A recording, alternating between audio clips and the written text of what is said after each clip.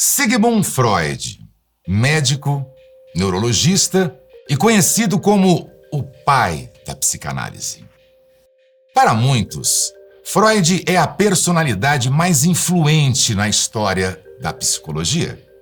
Ele cunhou termos e conceitos amplamente reconhecidos como aparelho psíquico, ego, id e superego, além de dar novos significados a tantos outros, como inconsciente, libido, neurose e psicose. Seu intelecto extraordinário lhe conferiu a fama de gênio e 13 indicações ao Prêmio Nobel. Freud trocava cartas em discussões profundas, até com Einstein. A psicanálise, fruto principal do seu trabalho, é uma das psicoterapias mais utilizadas globalmente e originou muitas outras. Há mais de 100 anos, Freud fundou a IPA, International Psychoanalytical Association, que hoje conta com milhares de associados, centenas de sociedades, grupos de estudos e institutos conectados ao redor do mundo. Para Freud, a psicanálise tinha como propósito tornar conscientes os processos psíquicos que ocorrem no inconsciente. Ele queria curar os pacientes através da análise do que emergia do inconsciente. Esse novo entendimento foi revolucionário para a época, pois a medicina entendia que toda doença deveria ter um causador físico correspondente. Já Freud admitia a existência de doenças psíquicas, isto é, doenças da mente. O termo inconsciente até já existia, mas foi Freud que deu sentido para ele, dizendo que o inconsciente é o lugar onde habita o eu.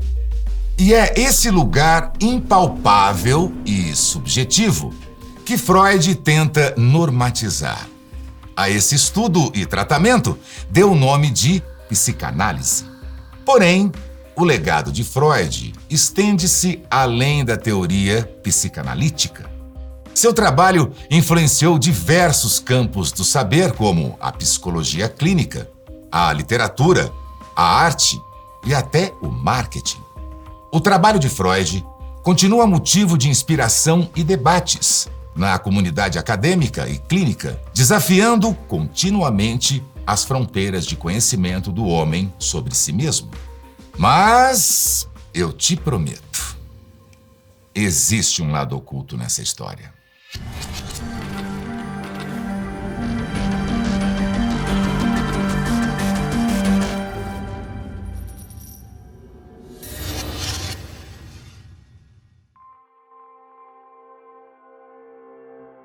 Sigmund Freud nasceu em 6 de maio de 1856 em Freiberg, Morávia, hoje conhecida como Pribor, na República Tcheca. Foi lá que Freud cresceu com sua família de origem judia e austro-húngara. Sua infância foi marcada por uma série de eventos que influenciaram o seu desenvolvimento e, por consequência, as teorias psicanalíticas. Seu pai, Jakob Freud, era um homem ríspido que trabalhava como comerciante de lãs. Ele nunca conseguiu ter sucesso financeiro, passando a depender de familiares para sustentar a si, a mulher e os filhos. Drama que durou até sua morte.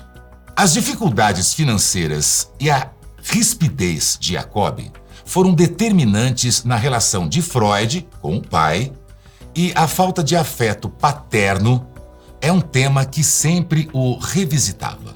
No início de sua carreira, ao atender uma paciente que afirmava ter sido abusada pelo pai, Freud passa a acreditar, por um certo tempo, que sofrera o mesmo mal. O fato é que o relacionamento com seu pai nunca foi resolvido. Após sua morte, em 1896, Freud passa por uma crise de culpa. Ele havia percebido que desejava ocultamente a morte de seu pai. Ao se deparar com aquela vontade concretizada, deprimiu-se. Janine Burke, biógrafa de Freud, diz em seu livro Os Deuses de Freud que foi a partir desse momento que Freud desenvolve uma fixação por antiguidades. Ele chegou a ter mais de 2.000 peças, principalmente estatuetas de deuses da mitologia grega e egípcia. A mãe de Freud, Amália Freud, era uma mulher dedicada ao lar e à família. Ela foi a terceira esposa de Jacob e tinha cerca de 20 anos a menos que o seu marido. Freud era especialmente próximo de sua mãe e ela tinha distinta preferência por ele, a quem chamava de meu sigue de ouro.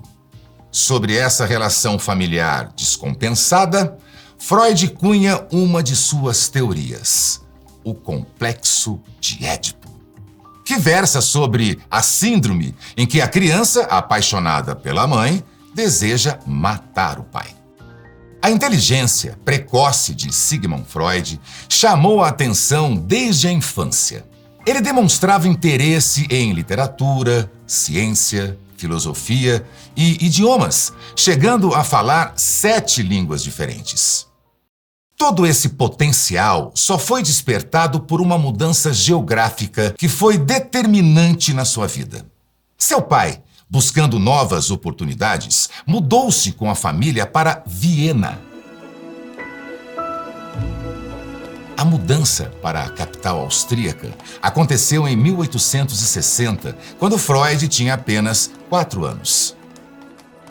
A nova cidade influenciou sua trajetória acadêmica e profissional, pois Viena era um centro intelectual vibrante. Esse ambiente foi propício para desenvolver o interesse de Freud pela ciência e, eventualmente, pela neurologia. Em 1873, com apenas 17 anos, Freud entrou para a Universidade de Medicina de Viena. Lá, desenvolveu interesse inicial por pesquisas científicas, mais especificamente sobre os órgãos reprodutores das enguias. Apenas mais tarde passou a se dedicar à neuroanatomia e à neurofisiologia. Freud tinha o desejo de alcançar fama através de descobertas científicas. Por isso, investia muito de seu tempo no laboratório e pouco nas aulas. Até que um romance muda tudo. Freud se apaixona por Martha Bernays, uma amiga de suas irmãs mais novas. Seu amor foi confirmado com um pedido de noivado apenas 2 meses depois de se conhecerem. Só que a carreira como pesquisador não o sustentava financeiramente. Pelo contrário, Freud ainda morava e dependia dos pais. A solução para sua independência financeira foi tornar-se médico, mesmo que para isso tivesse que deixar de lado o afã pelas pesquisas. Ele não podia imaginar que seria esse novo caminho que o levaria ao sucesso. Porém, Martha Bernays mudou-se para Hamburgo, na Alemanha, pouco tempo depois do noivado, deixando Freud amargurado enquanto cursava a faculdade de medicina.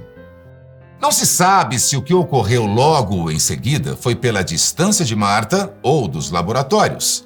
Mas o fato é que Freud começou a apresentar sintomas depressivos, os quais deixou bem documentados nas cartas para Martha. Eu sabia que seria apenas depois de te teres ido embora que iria perceber a completa extensão da minha felicidade e, alas, o grau da minha perda também. Ainda não a consegui ultrapassar. E se não tivesse à minha frente aquela caixinha pequena com a tua doce fotografia, pensaria que tudo não teria passado de um sonho do qual não quereria acordar.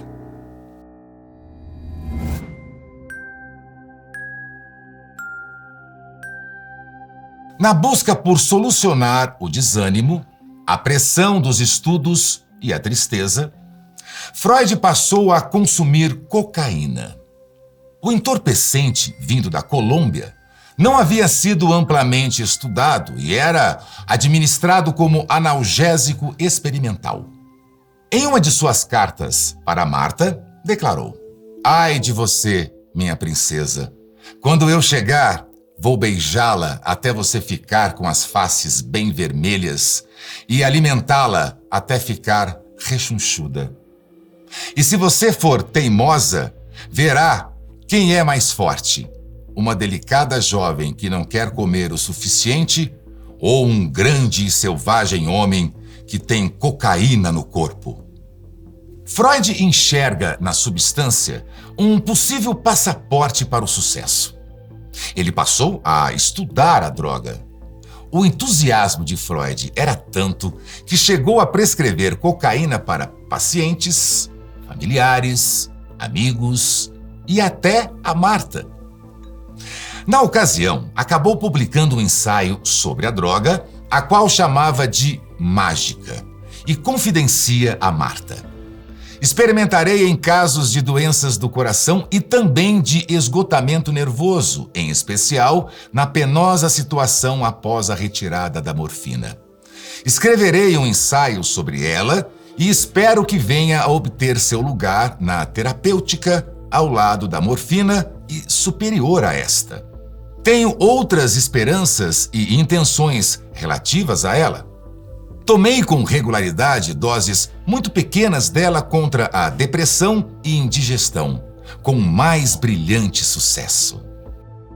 No ensaio científico, ele relatava o sucesso do tratamento de um dos seus pacientes que era viciado em morfina e que, pelo uso da droga, havia se curado. O estudo de Freud fez sucesso na Europa. No entanto, quando a droga começou a se popularizar, notícias sobre vício e mortes por overdose apareceram. Um médico especialista em dependência de morfina chegou a acusar Freud de espalhar uma nova praga no continente. Apesar das acusações, Sigmund Freud continuou a usar a droga para enxaqueca, inflamação nasal e depressão, além de relatar o sucesso do uso da substância em seus pacientes. Ele só desistiu completamente de seu estudo depois do caso de seu amigo Ernest Flasch von Marxow. Ernest havia sofrido um grave acidente, ferindo a mão. Apesar de diversas intervenções cirúrgicas, a cicatriz ainda lhe causava uma dor excruciante. Por conta da dor, Ernest se tornou viciado em morfina e, por indicação do amigo Freud, passou a usar cocaína, esperando que a droga curasse seu vício. No entanto, Ernest torna-se viciado também em cocaína e acaba morrendo prematuramente, aos 45 anos, deixando Freud com um forte sentimento de culpa. Mais tarde, foi revelado que o paciente ao qual Sigmund Freud se referia em suas publicações era o próprio Ernest. Fräulein Elisabeth von R. é o pseudônimo dado por Freud a Ilona Weiss, uma jovem de origem húngara, cujo caso foi descrito nos Estudos sobre a Histeria, de 1895, e que o médico tratou do outono de 1892 até julho de 1893. O caso da senhorita Weiss foi o primeiro em que Freud se dedicou integralmente aos estudos analíticos das histerias e na formulação de seus métodos. A jovem foi encaminhada a Freud a pedido de um outro médico amigo de sua família. Ilona havia passado por momentos dramáticos em sua vida. Ela ainda vivia o luto por seu pai, quando sua mãe precisou enfrentar uma intervenção cirúrgica grave. Para piorar, pouco tempo depois, sua irmã morreu, após dar à luz. Segundo os prontuários de Freud, a paciente apresentava os seguintes sintomas: fadiga dolorosa nas pernas, intensa sensibilidade na pele e nos músculos, dificuldades para caminhar e uma torturante sensação de frio. O neurologista não tinha dúvidas de que as causas eram psíquicas e descartou qualquer possível causador orgânico. Nas consultas, ele percebia ela resistente e, segundo os seus apontamentos, a paciente guardava um segredo que possivelmente era a fonte de suas dores. As consultas foram se sucedendo, e a jovem afirmando não perceber nenhuma melhora, enquanto Freud continuava sem explicações e sem descobrir o motivo psíquico que causava as dores. A situação da senhorita Weiss pareceu piorar muito quando seu cunhado, o viúvo de sua irmã, mudou-se para longe, levando o seu amado sobrinho. Freud decide aplicar algumas técnicas de hipnose que havia aprendido com o neurologista francês Hippolyte Bernay. A técnica consistia em pressionar os dedos sobre a cabeça da paciente enquanto ela falava o que viesse à mente. Durante o estranho processo, a jovem lhe confidenciou que, em um certo dia, caminhou até em casa na companhia de um rapaz. O passeio havia sido bem agradável, mas, ao chegar em casa, se deparou com o seu pai muito debilitado. Para Freud, a conclusão estava clara. A jovem teria criado um conflito entre a alegria de estar com o jovem e a preocupação com o pai. Isso teria criado um mal-estar sexual na moça.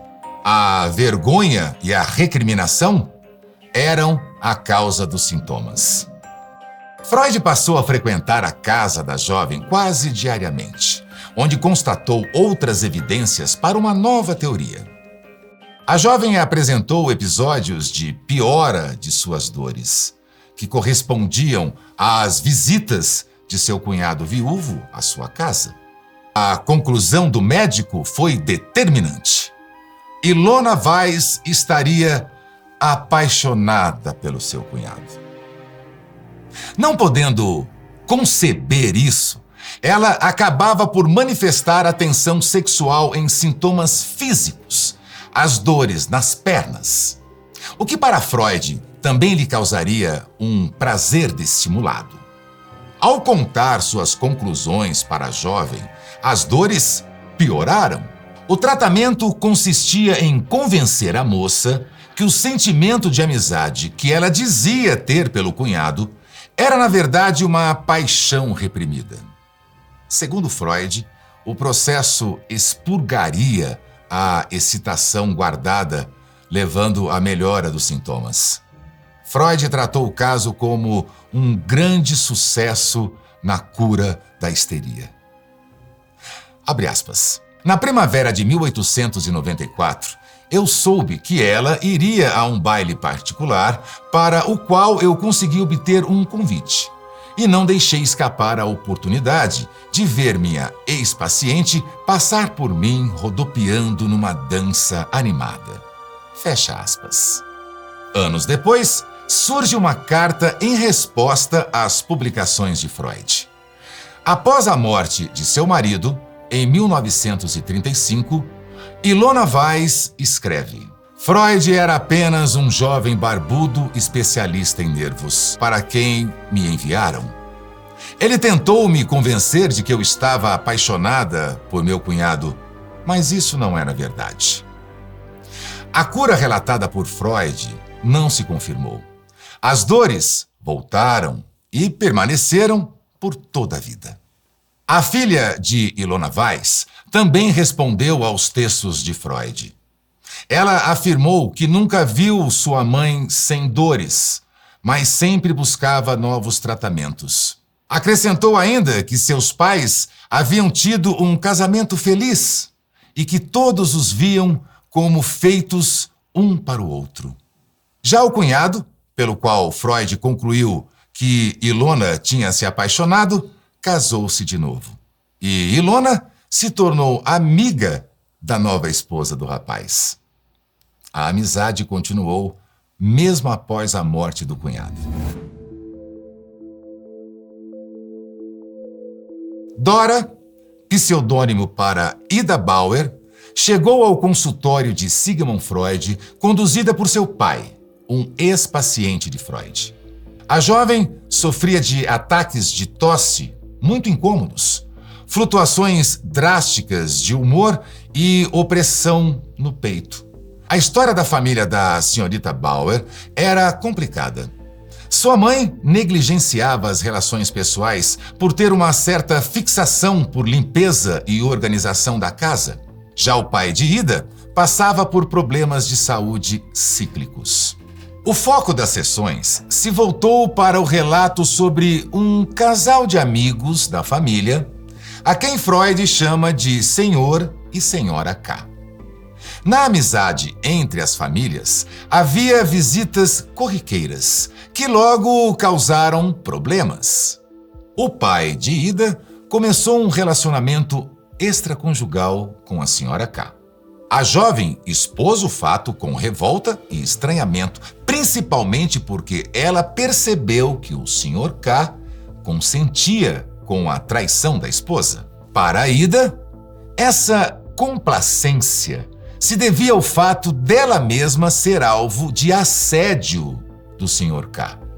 A paciente ainda descreve que uma certa ocasião, quando ainda tinha 14 anos, o Sr. K a beijou e apertou o seu corpo forçadamente. A jovem descreveu que sentiu nojo e repugnância. Assim, Freud concluiu que, com 14 anos, Dora estava histérica. Abre aspas.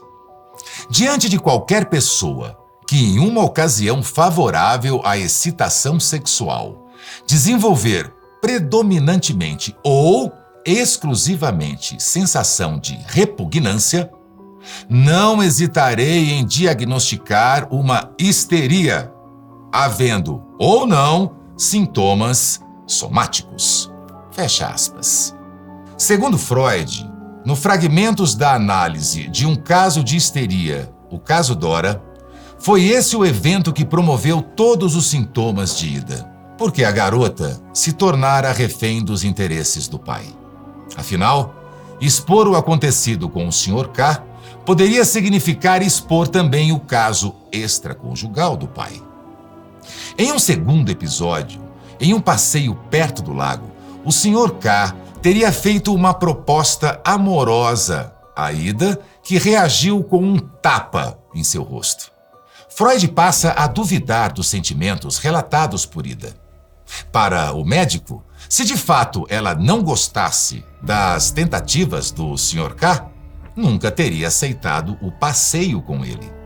Ainda no livro, O Caso Dora, Freud relata que passou a indicação para Ida que talvez não fosse tão ruim para ela se aceitasse as investidas do Sr. K.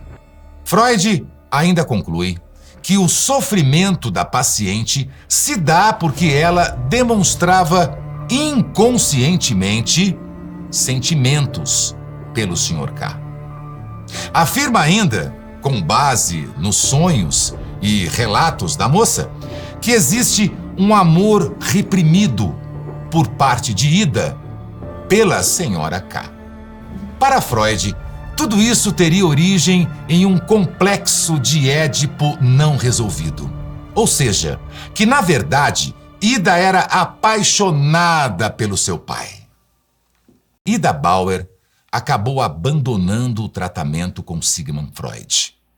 Nas correspondências de Freud com o seu mentor, Josef Breuer, o psicanalista afirma que, a partir do caso de Dora, confirmou uma de suas premissas básicas da psicanálise.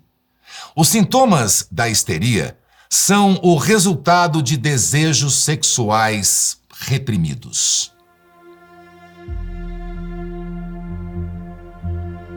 A relevância de Freud para a história da psicologia é inegável, sobretudo na psicologia clínica.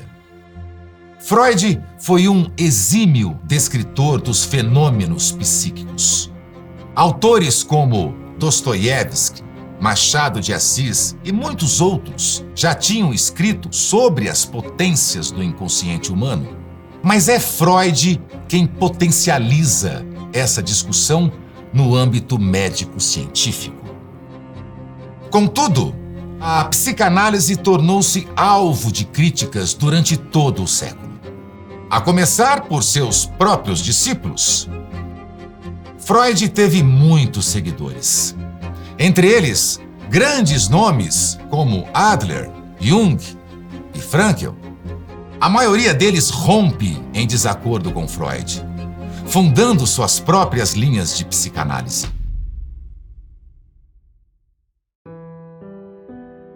Freud conseguiu se casar com Martha Bernays e chegou a ter 6 filhos com ela. Porém, a certo ponto da vida, passou a culpar seu relacionamento com Martha por ter largado a carreira nos laboratórios. Seu casamento se tornou frio e o médico passou a manter um relacionamento extraconjugal com sua cunhada. Em 23 de setembro de 1939, por um suicídio assistido, morreu Sigmund Freud. Ele era um fumante compulsivo e havia sido diagnosticado com câncer na mandíbula e na boca em 1923. Passou por várias cirurgias para retirar tumores. Tirou também parte de sua mandíbula, passando a usar uma prótese. Freud passou a sofrer com as fortes dores e um mau cheiro que o obrigava a se isolar.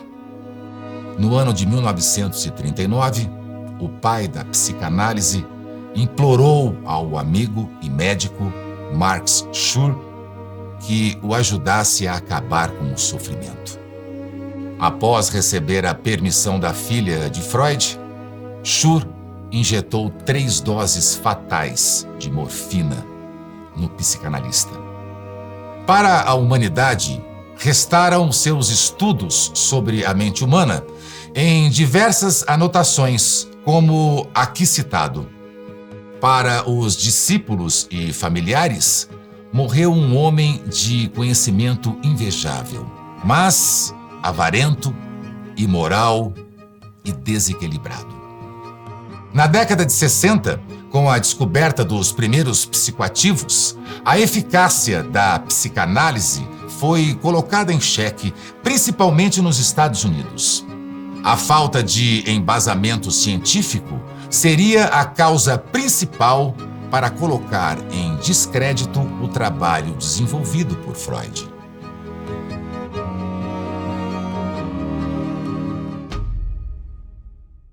Se você quiser conhecer mais sobre a história da psicologia e da psiquiatria, assista ao documentário produzido pela Brasil Paralelo sobre esse assunto. A Fantástica Fábrica da Sanidade está disponível na plataforma da BP. Clique no link abaixo e descubra como assistir.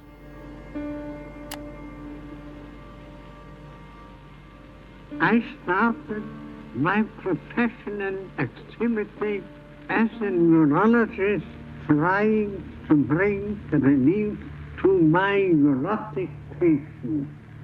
Under the influence of an older friend and by my own efforts, I discovered some important new facts about the unconscious in psychic life, the role of instinctual urges, and so on.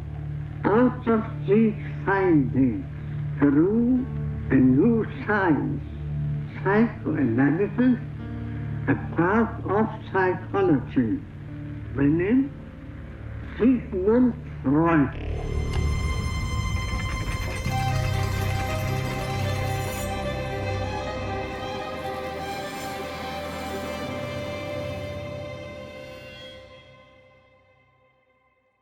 Essa é a hora de participar, compartilhando esse vídeo com alguém que precisa conhecer mais a fundo a identidade de Sigmund Freud.